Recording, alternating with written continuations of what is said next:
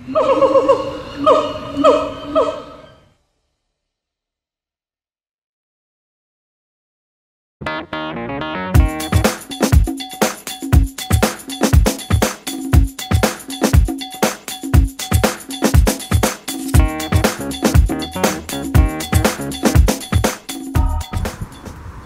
kõigile tasakaalu huvilistele.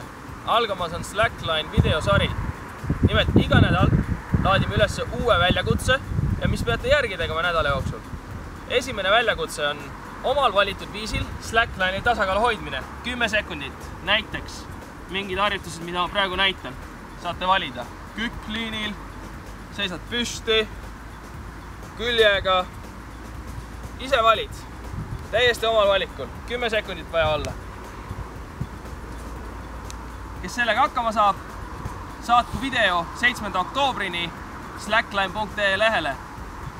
Üritus on mõeldud kõigile, kõik saavad veel regada. Üritust toetavad väga lahedad sponsorid üle maailma suurte auhindadega.